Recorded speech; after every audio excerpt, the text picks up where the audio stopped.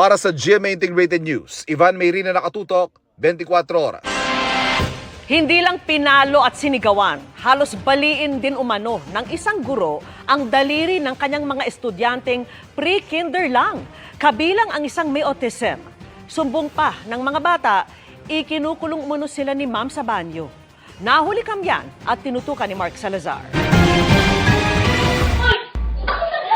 Sa video na kuha mismo ng CCTV system ng paaralan, nakunan ang nakababahalang asal ng isang teacher sa dalawa niyang pre-kindergarten pupils. February 24 daw ito nangyari habang nagtuturo ang guro ng pagbibilang. Pero tila mainit na agad si teacher.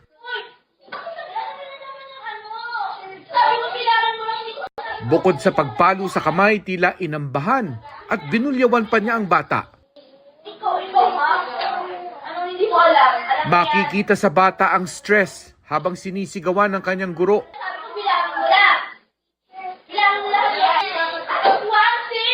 Napaiyak ang nanay ng bata nang mapanood ang video ng paninigaw at pananakit sa kanyang anak. Akala ko talaga parang physical lang yung ginawa niya na napalo daw na kasi daw nakulit. Yung palang hindi, talagang parang emotional and